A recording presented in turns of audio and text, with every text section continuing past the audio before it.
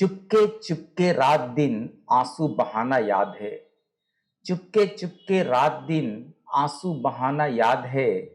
हमको अब तक आशिकी का वो जमाना याद है। हमको अब तक आशिकी का वो जमाना याद है। ये उस शायर का मशहूर शेर है जिसने हिंदुस्तान को इनकलाब जिंदाबाद का नारा दिया, जिसने फिरंगियों के खिलाफ खुलकर एहतजाज किया और 1921 में हिंदुस्तान को मुकम्मल आजादी हासिल करने की तजवीज पेश की।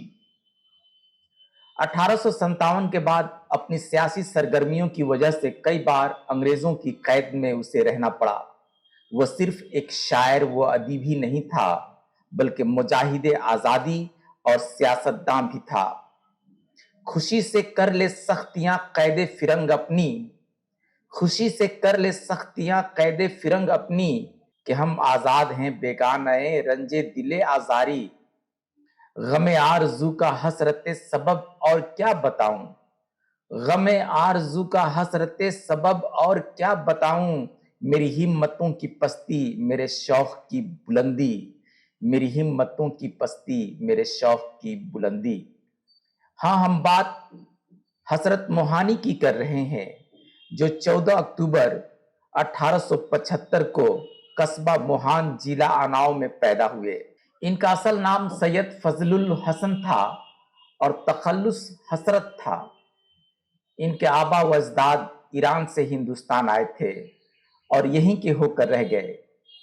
हसरत ने जब होश संभाला तो फिरंगियों ने शिद्दत से हिंदुस्तान को गुलामी की जंजीर में जकड़ रखा था।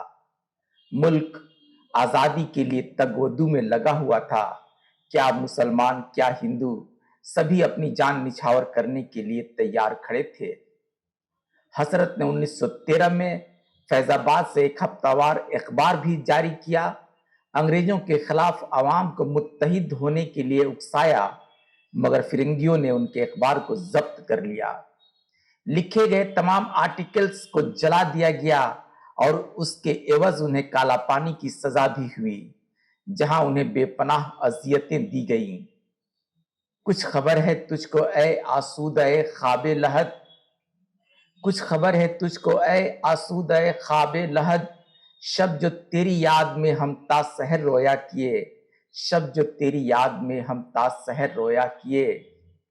हसरत मोहानी कांग्रेस के रुकन भी रहे, जमात इस्लामी से वाबिस्ता भी रहे और लेनिन के असूलों के हामी भी रहे।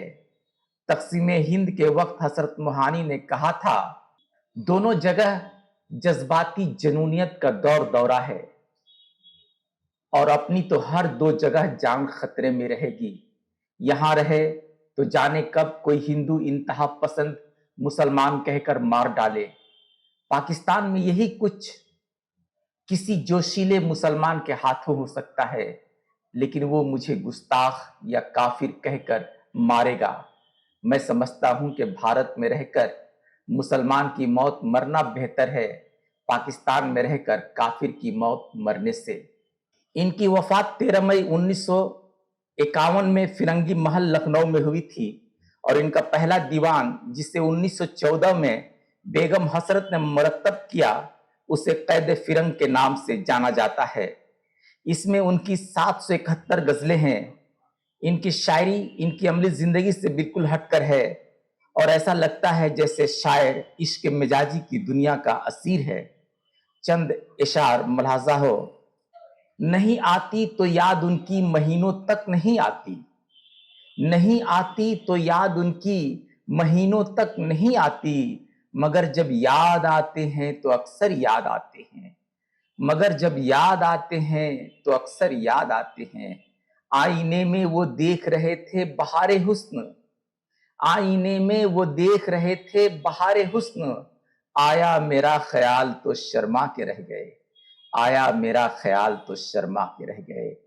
बर्क का अक्सर ये कहना याद आता है मुझे, बर्क का अक्सर ये कहना याद आता है मुझे, तिंग के चुनवाने लगी हमसे जुदाई आपकी, तिंग के चुनवाने लगी हमसे जुदाई आपकी। और आखिर में, सभी कुछ हो चुका उनका हमारा क्या रहा हसरत, सभी कुछ हो चुका उनका, हमारा क्या रहा हसरत। न दी अपना न दिल अपना, न जान अपनी न तन अपना।